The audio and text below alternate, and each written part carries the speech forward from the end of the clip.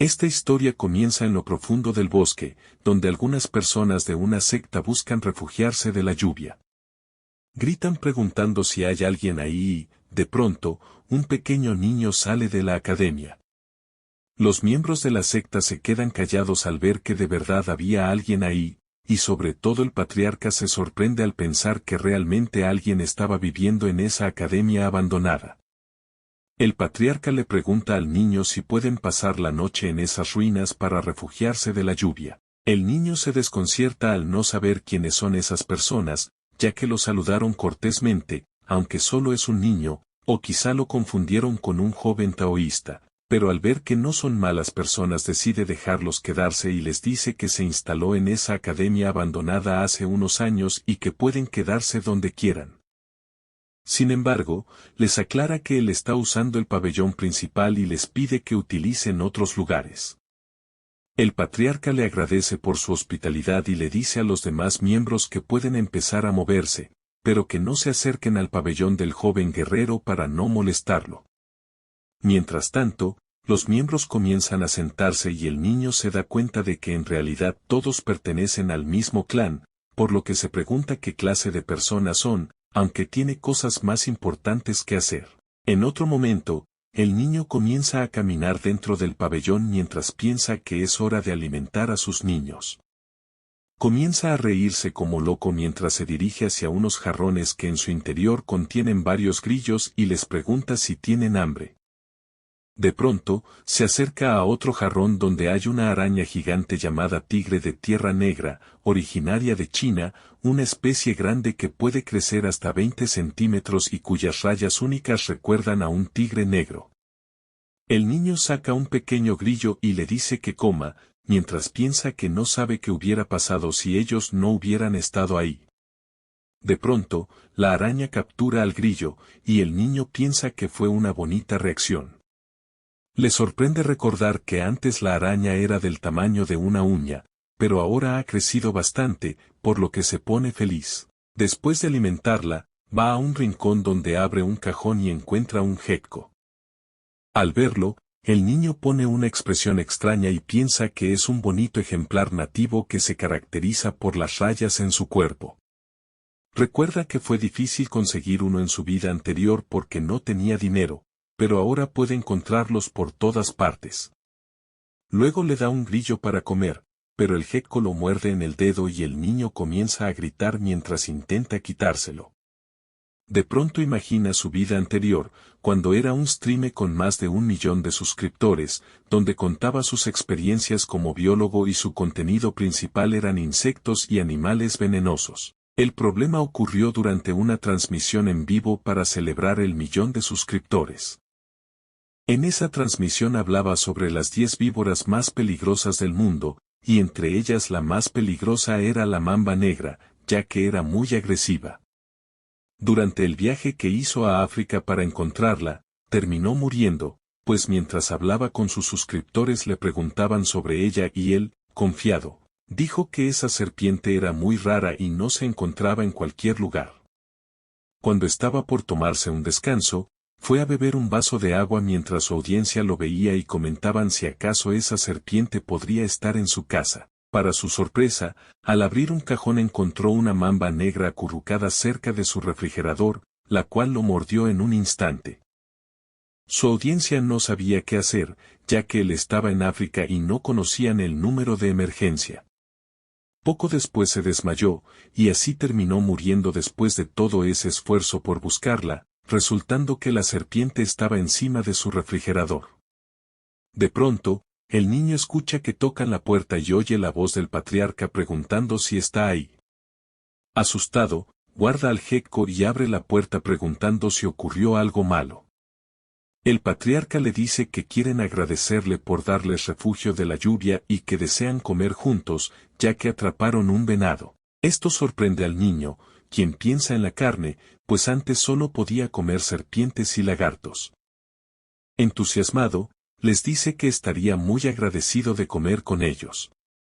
El patriarca le pide que lo siga y, al ver la carne, al niño se le hace agua a la boca mientras el patriarca lo observa. Le dice que la carne tardará un poco en cocinarse y que mientras tanto quiere hacerle algunas preguntas. El niño piensa que debió leer su expresión y le responde que puede preguntarle lo que quiera. El patriarca le pregunta si vive solo en esa cordillera y cuántos años tiene. El niño responde que tiene 14 o 15 años, diciendo que se golpeó la cabeza accidentalmente cuando era pequeño y no recuerda mucho, aunque en realidad es una excusa. El patriarca se lo cree y le pregunta con lástima si vive solo en ese lugar remoto. El niño responde que sí, ya que no tiene ningún talento y solo atrapa serpientes y vende sus pieles para ganarse la vida. El patriarca se sorprende de que haga algo tan peligroso como atrapar serpientes, pero el niño le dice que está acostumbrado y que está bien. El anciano de la secta le trae una parte de la carne y le pregunta si tenía hambre. El niño le agradece, ya que había pasado bastante tiempo desde que comía carne, le da un mordisco y piensa que eso es la felicidad. El patriarca y el anciano se ríen mientras lo ven comer, pero el patriarca le pide que lo escuche mientras come, ya que están buscando algo, y le preguntan si ha visto algo extraño en los alrededores. El niño no sabe a qué se refieren, pero el patriarca duda si decirlo. El anciano le dice que está bien decírselo, ya que le deben un favor y probablemente no se meterán en problemas, además de que vive solo y no se lo dirá a nadie. El patriarca acepta y con una mirada seria le cuenta que están buscando un 100 pies con una mancha azul en el cuerpo. El niño se sorprende mientras el patriarca le explica que es muy grande y que pudo haberlo visto. El niño pregunta qué tan grande es, y el patriarca le responde que, si no es adulto, aún así podría tragarse fácilmente a alguien como él. El niño se asusta, pero en realidad se asusta porque pensaba que solo había regresado cientos de años en el tiempo, y ahora se da cuenta de que está en un mundo diferente. El anciano le dice que no se preocupe, ya que han venido a atraparlo. El niño pregunta si quieren atraparlo para criarlo, lo que sorprende al patriarca y al anciano, quienes comienzan a reírse al pensar que es una idea interesante. Aún así, entiende que no hay nada que los padres no harían por sus hijos. Aunque se siente mal por el 100 pies, decide ayudarlos ya que le trajeron carne. Les dice que no ha visto a ese 100 pies de 100 patas, pero aunque no sabe exactamente cómo es, con una sonrisa en su rostro les dice que cree saber dónde podrían encontrarlo. Mientras tanto, piensa que en su vida anterior murió por la mordida de una serpiente y que tiene más confianza que nadie en animales venenosos. Entre las aproximadamente 8.7 millones de especies conocidas, unas 20.000 son venenosas, y él las conoce todas, por lo que un 100 pies no es la excepción, ya que la enciclopedia de los 100 pies está en la palma de su mano. Después de pensar bastante, el niño encontró lo que buscaba y le dice al patriarca que tal vez sí sepa dónde está ese 100 pies gigante. Esto sorprende a ambos, quienes le preguntan dónde se encuentra. El niño, dudando, les pregunta primero dónde han estado buscando. Ellos le dicen que buscaron al norte y al este durante el día, enfocándose principalmente en la orilla del norte.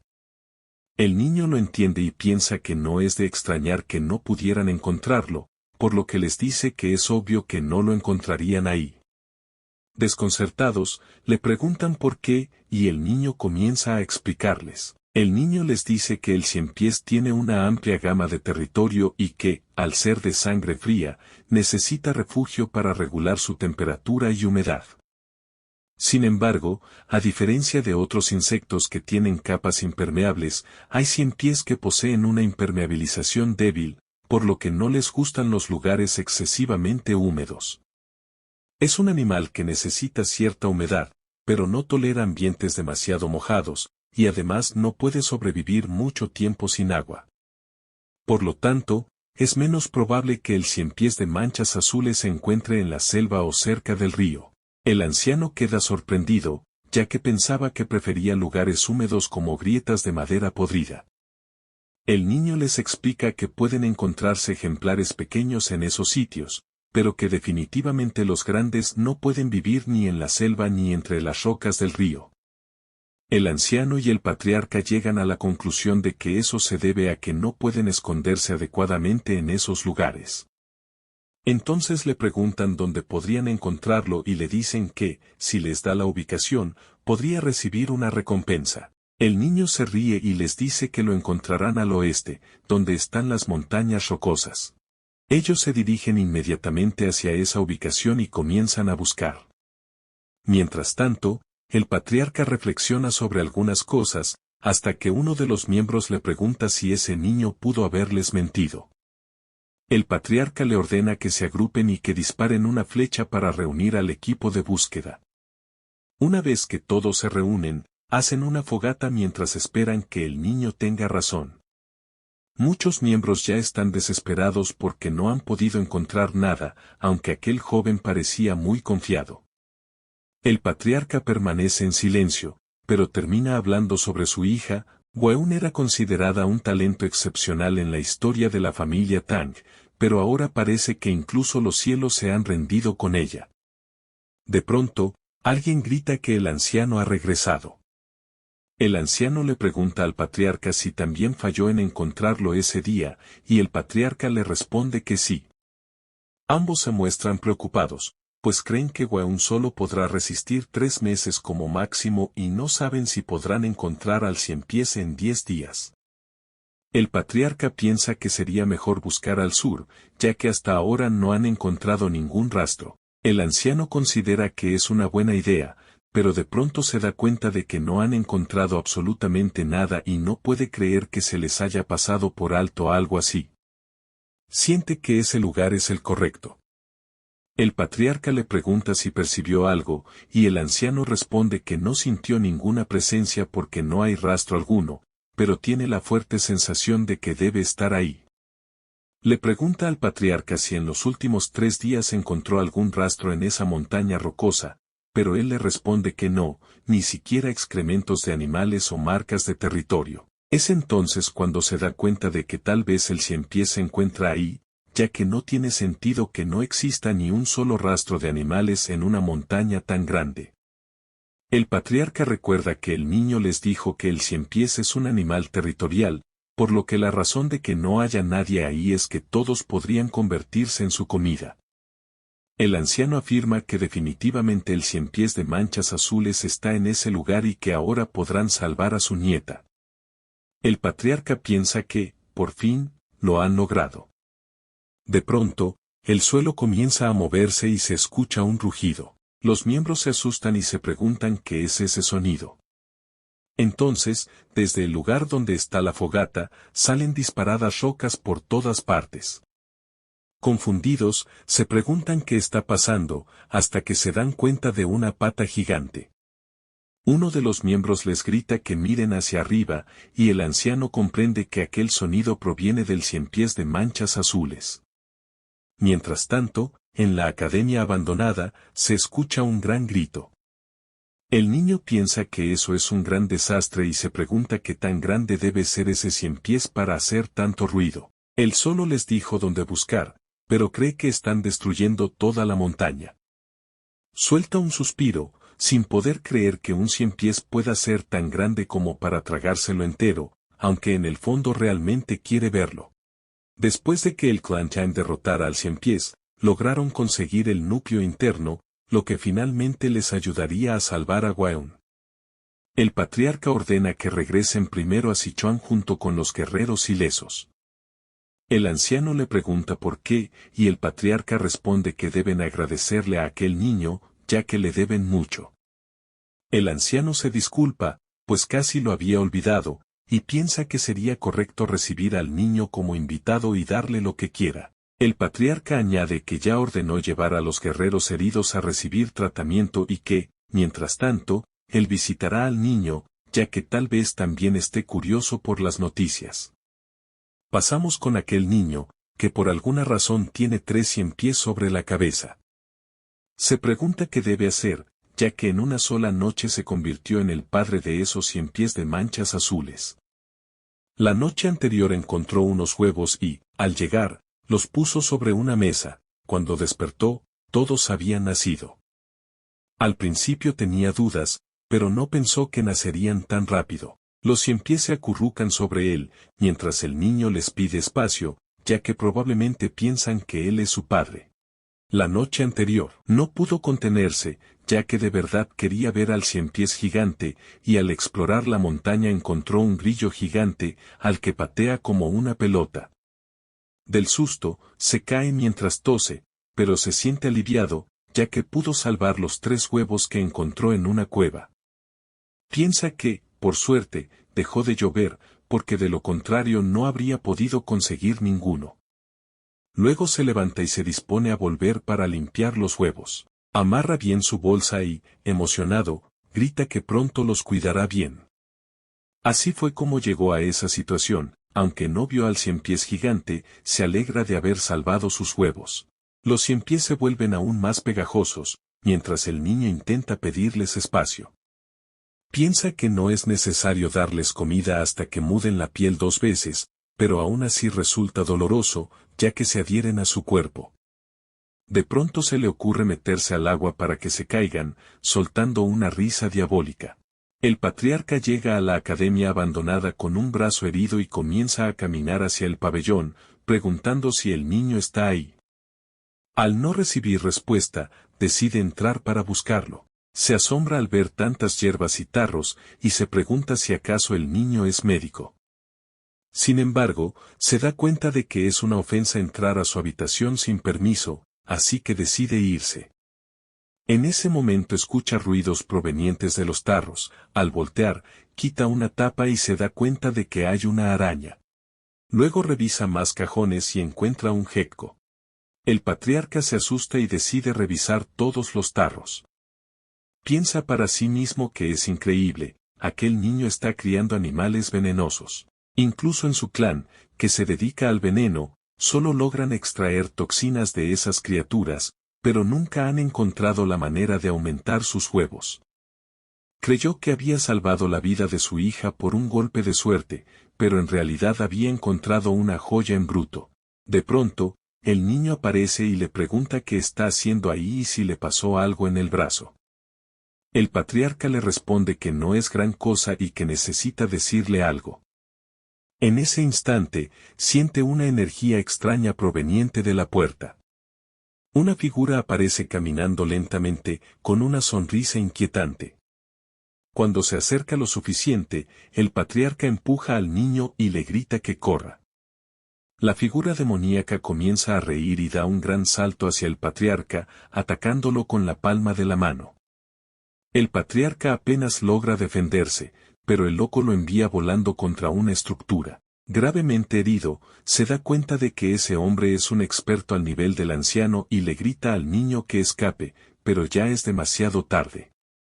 El hombre lo sujeta por el cuello y no puede huir.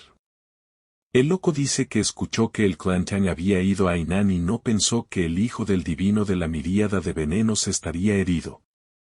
El patriarca responde que no sabe quién es ni por qué los está atacando a él y al niño. El hombre se ríe y le pregunta si no se da cuenta solo con ver su rostro y su puño rojo.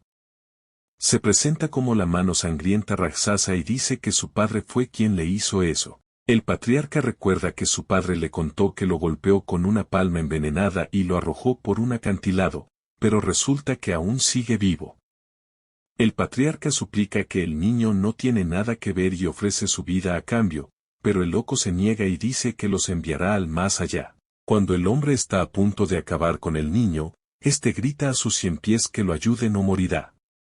Los ciempiés reaccionan de inmediato, saltan sobre el brazo del hombre y lo muerden. En un instante, el loco se desconcierta y se pone nervioso. Asegura que unos simples ciempiés no pueden hacerle nada, pero de pronto escupe sangre negra y su cuerpo comienza a tornarse morado. El niño logra escapar y se sorprende al ver la situación, el hombre cae derrotado en cuestión de segundos. El niño le pregunta al patriarca si esa persona era mala, pero el patriarca se queda sin palabras al ver lo que acaba de ocurrir. Comprende que ese niño está mucho más allá de ser una simple joya en bruto. Aquel niño debe formar parte del clan Tang. Unos días después de haber vencido a aquel hombre loco, el niño se mantiene cuidando al patriarca, ya que se encuentra gravemente herido. El patriarca le agradece, pero el niño le dice que en lugar de agradecerle debería llamar a sus compañeros. Sin embargo, ahora mismo no puede dejarlo solo, y tampoco puede llamar a un médico porque están en medio de la nada. El patriarca le dice que no se preocupe, que solo necesita unos días de descanso. El niño se pregunta cómo puede estar tan tranquilo después de toser tanta sangre y le dice que no mienta, ya que se encuentra en una condición crítica. El patriarca insiste en que está bien porque es un artista marcial. El niño se sorprende y le pregunta si acaso son de los que vuelan y disparan bolas de fuego. El patriarca le responde que no todos pueden hacerlo, pero que es posible. El niño se sorprende y confirma que este es un mundo diferente, de lo contrario, no tendría sentido que un ciempiés fuera tan grande. El patriarca le dice que le debe la vida, ya que lo salvó, y decide presentarse a pesar de su condición. Su nombre es Tang Cheolsan, del clan Tang. El niño le dice que se llama Wei Sorion. El patriarca se da cuenta de que su nombre significa pequeño dragón y quiere hacerle varias preguntas. Una de ellas es si esos 100 pies venenosos están sobre su cuerpo. Sorion le dice que sí, que son jóvenes 100 pies de manchas azules. El patriarca se asusta y le pregunta si los domesticó. Sorion le dice que no sabe cómo pasó. El patriarca, sorprendido, le dice que también vio más criaturas venenosas en su habitación. Sorion responde que es una larga historia y le pregunta si está bien con escucharla. Al patriarca no le importa y le dice que le cuente absolutamente todo. Después de una larga conversación, el patriarca le pregunta si acaso crió esos 100 pies a partir de huevos. Sorion le dice que incluso puede predecir aproximadamente cuándo nacerán. El patriarca se sorprende al escucharlo. Sorion le pide que espere un momento y le trae varios geckos para mostrarle sus diferentes tonalidades, explicando que todos son distintos y que, mediante cruces, logró crear un color poco común. El patriarca le pregunta si le está diciendo que acaba de crear un nuevo color. Sorion solo piensa que es bonito, pero el patriarca le pregunta si eso significa que podría emparejarlos con criaturas de veneno fuerte para crear uno aún más venenoso. Sorion se pone a reflexionar y llega a la conclusión de que es posible. Le explica que, si supieran cuál tiene el veneno más fuerte, probablemente podrían hacerlo. El patriarca lo interrumpe y le pregunta si de verdad es posible. De inmediato le propone unirse a su familia. Si se une al clan Tang, le enseñarán todas sus artes marciales y tendrá acceso a todo tipo de elixires y venenos. Alguien como él incluso podría capturar o crear a las 10 grandes criaturas venenosas de las llanuras centrales o del mundo marcial. Y si eso no fuera suficiente, le presentaría a una de las 3 flores de las llanuras centrales, quien resulta ser su hija. Sorion lo detiene y le pregunta qué acaba de decir. El patriarca le explica que aún es joven y que su hija es una de las más hermosas, pero Sorion le dice que se olvide de eso y le pregunta sobre las 10 grandes criaturas venenosas de las llanuras centrales, y si acaso son tan increíbles como el 100 pies de manchas azules. El patriarca le dice que sí, que el 100 pies es impresionante, pero que apenas tiene una clasificación inferior en comparación con las 10 grandes criaturas, como el escorpión gigante o la rana dorada que brilla como oro. Cualquier cosa que imaginen no se compara con la realidad. El patriarca le pregunta qué le parece. Sorion acepta sin dudar. 2 días después, los demás miembros del clan se sorprenden al escuchar que la mano de sangre Raksasa apareció en la academia abandonada. El patriarca les explica que al parecer estuvo escondido, puliendo sus artes marciales, alcanzando un nivel cercano al de su padre. Los miembros le preguntan si acaso él derrotó a ese hombre y alcanzó el reino de los 10.000 venenos. Comienzan a felicitarlo, pero el patriarca se ríe y les dice que no fue él, sino Sorion quien lo derrotó. Todos se sorprenden al escuchar que aquel joven fue quien lo venció. Se acercan a agradecerle por salvar al patriarca y le preguntan si acaso es un anciano rejuvenecido. Sorion no entiende a qué se refieren. El patriarca le pide que muestre su poder.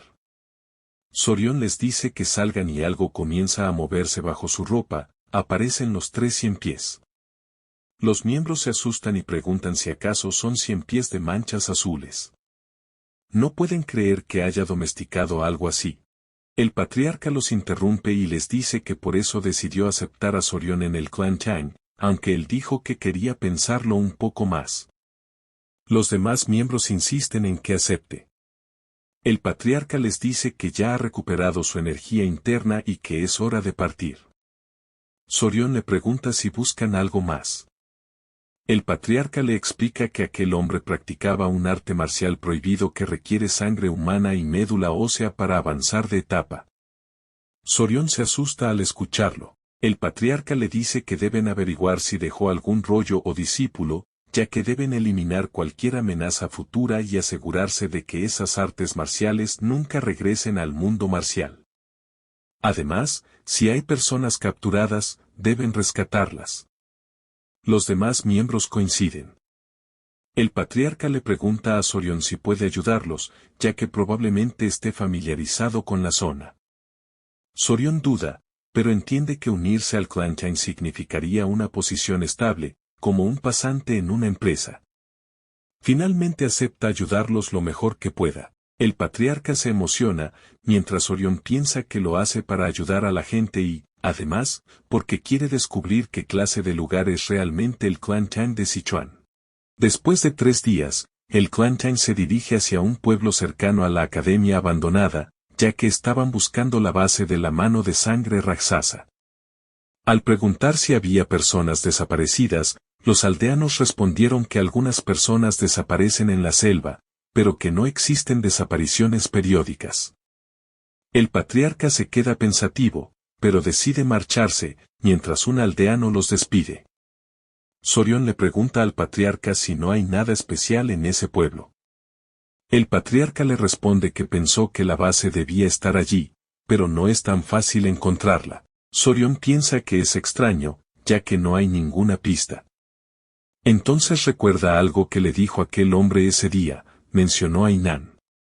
Se lo comenta al patriarca, pero este no recuerda nada, hasta que se da cuenta de que fue antes de mandarlo volando con una palma.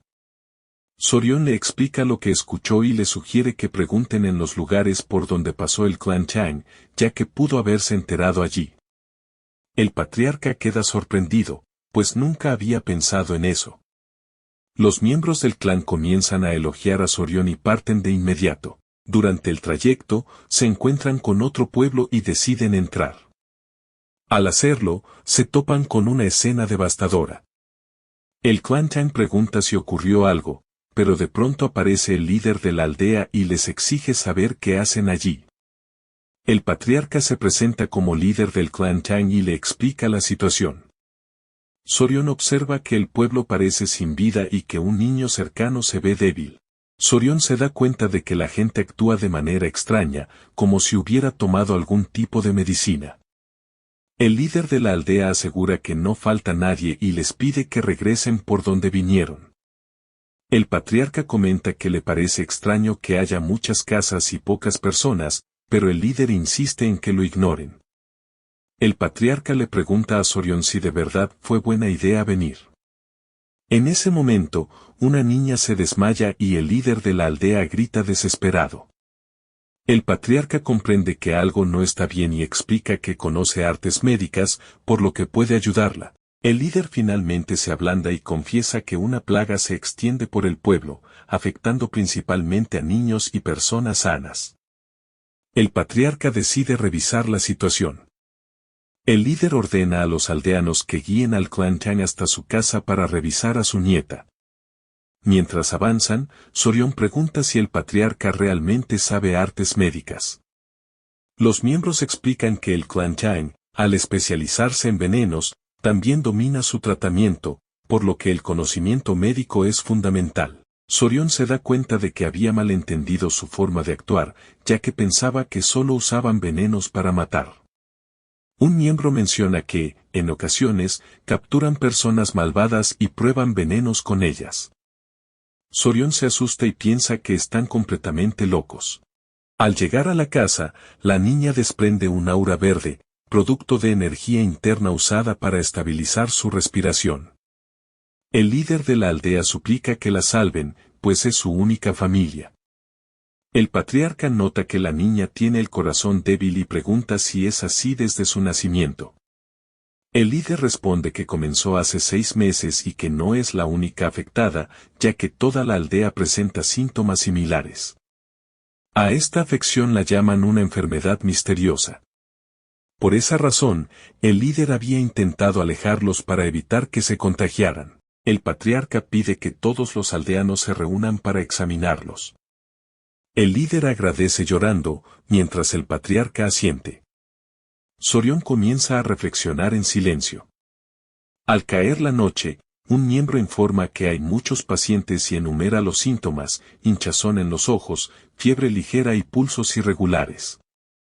El patriarca comenta que es extraño que los síntomas varíen tanto y pregunta por Sorión. Le dicen que está dormido en una cabaña. El patriarca siente compasión, ya que Sorión los ha acompañado sin saber artes marciales, y decide comprobar que esté bien. Al entrar, lo encuentra durmiendo y babeando. De repente, abre la puerta de golpe, se coloca frente a él y le da una cachetada. Sorión despierta confundido, sin entender por qué el patriarca lo golpeó. Sorión mira, confundido, al patriarca y le grita por qué fue que lo golpeó. El patriarca le pide disculpas y le dice que vio un bicho en su cara, que parecía extraño y posiblemente venenoso, por lo que su mano se movió sola. Le muestra el insecto que tenía en la mano. Sorión se sorprende y se pregunta qué hace ese bicho ahí. De pronto se da cuenta de que este puede ser la causa de la enfermedad, ya que los pacientes presentan múltiples síntomas. Explica que el insecto es conocido como la chinche besucona, llamada así porque chupa sangre de la zona de los ojos o los labios. Son muy sigilosas, incluso más que los mosquitos, por lo que también se les conoce como vampiros. No son venenosas, pero están llenas de parásitos y, al morder, infectan fácilmente a las personas. El patriarca y el líder de la aldea se quedan sin palabras al escucharlo. Sorión les pregunta si los perros se quedan sin aliento y presentan síntomas similares, y el líder confirma que sí. Entonces Sorión afirma con seguridad que esa es la causa de la enfermedad. El líder de la aldea le pregunta si eso significa que puede salvar a su nieta. Sorión le responde que es posible si preparan la medicina adecuada. El patriarca comienza a reír, mientras los miembros del clan se dan cuenta de la joya en bruto que han encontrado. El patriarca explica que pertenecen al clan Tang de Sichuan y habla sobre los parásitos venenosos, insectos usados para causar dolor y controlar a las personas.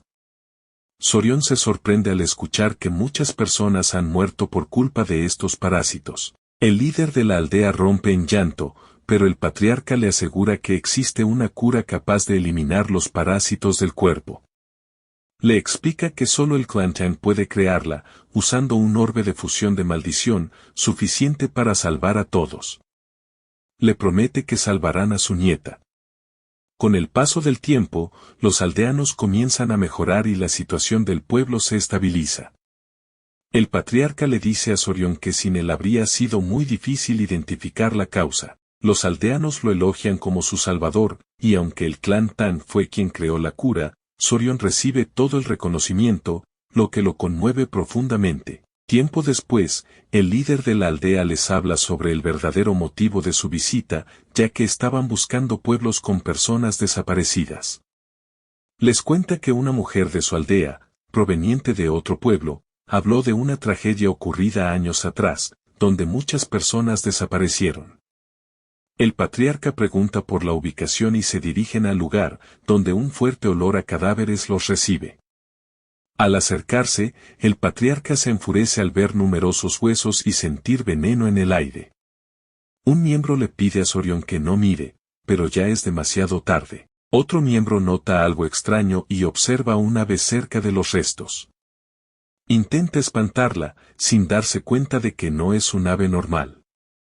El patriarca le ordena retirarse, percibiendo algo peligroso. De pronto, el ave alza el vuelo y los cadáveres comienzan a derretirse. El patriarca toma a Sorión y ordena la retirada inmediata, advirtiendo que esa criatura es una bestia mítica. Cuando se acercan a un lugar seguro, el patriarca les explica que, cuando esa ave extiende sus alas, estas miden 5 pies de ancho, y su pico afilado es de color bronce. Su cuerpo está cubierto de plumas moradas, pero cuando desata su furia y abre completamente las alas, todo a su alrededor se vuelve negro y muere convertido en veneno. En su cabeza tiene una corona dorada, como la de un rey, y su presencia es verdaderamente mítica.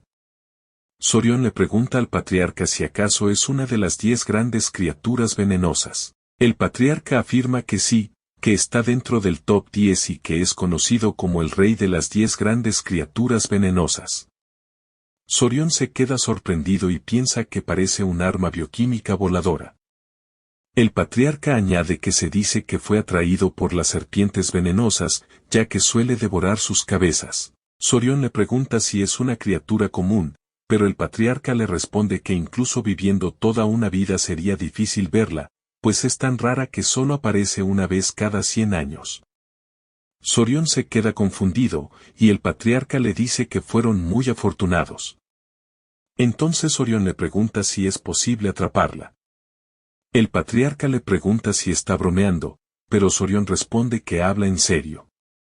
El patriarca le explica que su veneno es increíblemente mortal, pero que, si de verdad está interesado, existe una manera. Antes de que termine, Sorión insiste en saber cuál es. El patriarca le dice que necesita dominar las técnicas de veneno del clan Chan para volverse inmune a todos los venenos, ya que solo las artes del clan pueden bloquearlos por completo. Sin embargo, esas técnicas no pueden enseñarse a forasteros, aunque quiera ayudarlo, no puede romper las reglas. Sorión le pregunta si acaso puede convertirse en miembro del clan. El patriarca acepta de inmediato, aunque le dice que, como tardó tanto en decidirse, fingirá pensarlo un poco más. Esto enfurece a Sorión, quien le grita que espera su orientación. El patriarca se ríe satisfecho y le dice que, a partir de ahora, es miembro de su familia. Después, terminan de explorar el pueblo devastado y encuentran huellas que conducen a una cueva, donde hallan un manual con escritura hecha en sangre, confirmando que se trata de un arte prohibido. El patriarca ordena regresar de inmediato tras encontrar la evidencia. Sorión le pide pasar antes por la academia abandonada para liberar a sus animales, y el patriarca acepta. De pronto, Sorión nota una luz detrás de él, es una pluma del ave mítica.